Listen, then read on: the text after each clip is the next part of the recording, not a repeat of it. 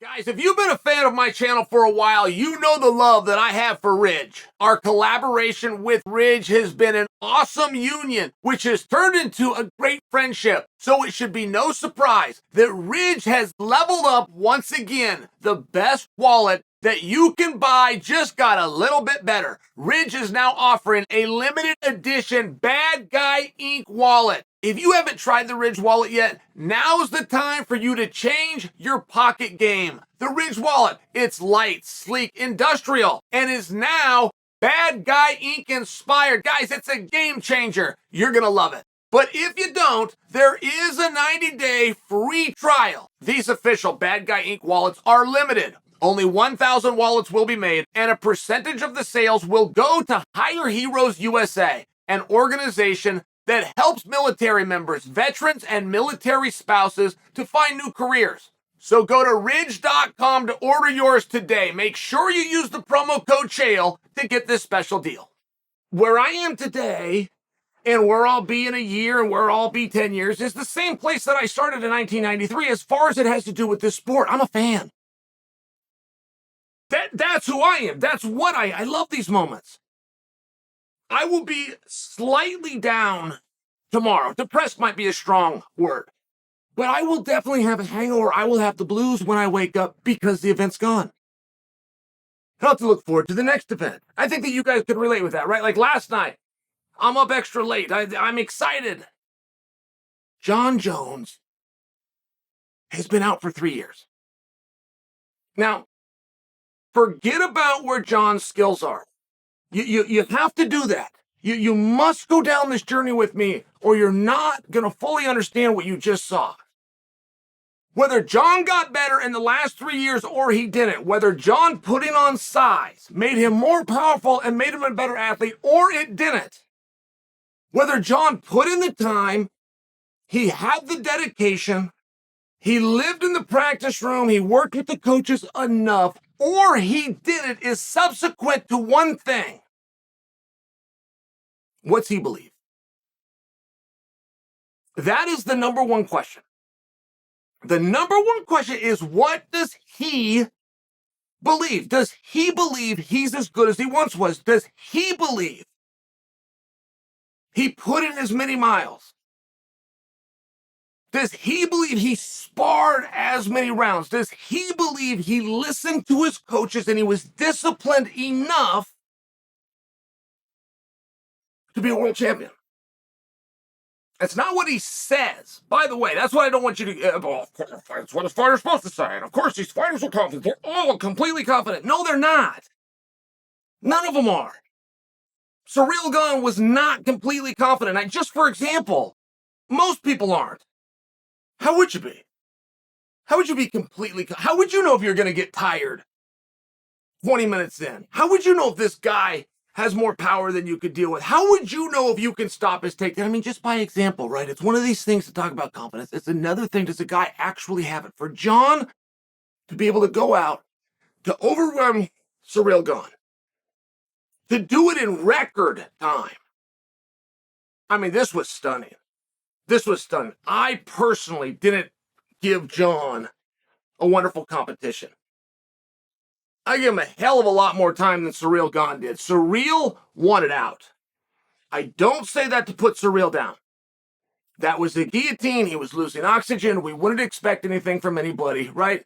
Protect yourself at all times. There's nothing wrong with it. I'm sharing with you to have a topside guillotine up against a fix when the guy's back is on the fence. And to turn that into a submission has to have an element, even if it's just sprinkled in ever so light, that has to have an element of that guy wants out.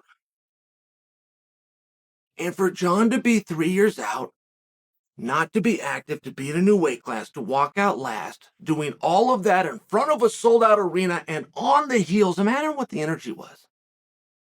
Imagine what the energy would be like walking out last on the heels of one of the biggest upsets in female history. And Jon was able to compose. We believed that Jon would want a takedown. We, the expert viewer, believed that Jon would have an advantage in the wrestling department. But I'll just remind you, when this fight broke out, Jon did not come out with an urgency of a takedown. There was nothing about that performance where Jon is winking to the audience, conceding he's better on his feet. But if I can get him down by the sweat of my brow, it's not what happened. Jon went out and fought him. Went out and threw ones and twos. Ciryl slipped out of the way. Jon was throwing heat. Jon was throwing power. Jon's talked about how much power he's got over the years. Ciryl was moving just fine. He was backing away. One thing that guys don't do with Jon, and perhaps it's because they can't. Perhaps it's because he's too good. But one collective observation that nobody's ever done with Jon, they don't go fight him. They don't bring the fight to him. They don't stand their ground. They don't back him up.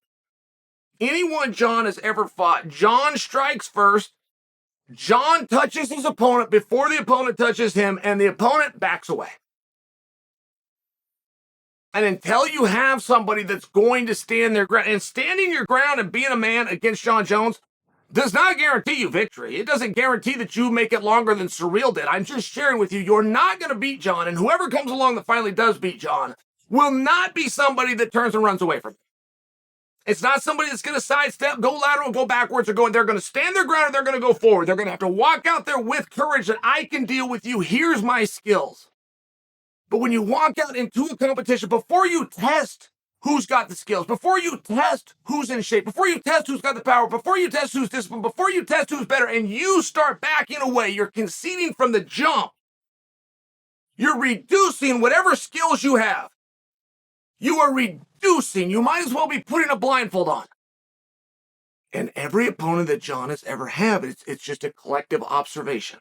None of them stand their ground, and none of them walk him down. None of them touch him first. They get contact made with them. It really was an incredible thing. To become a champion of the world, good job.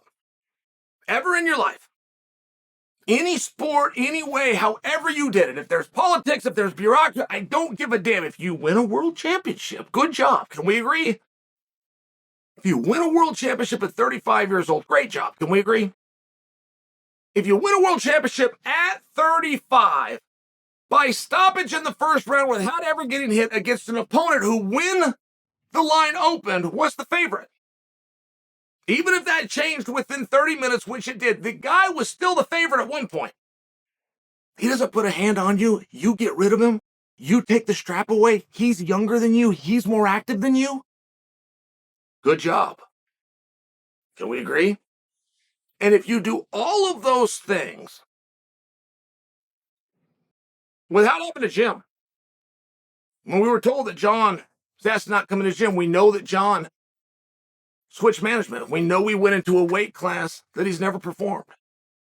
We know he walked into a building that was packed. We know that the energy was awkward. We've got to go with that word. It's an awkward feeling when you have an upset, like happened tonight, right before Jon in the form of Alexa Grasso over Shevchenko. There's a lot of elements to that, though. And there's no way to look at that and come away with anything other than simply saying to Jon Jones, good job.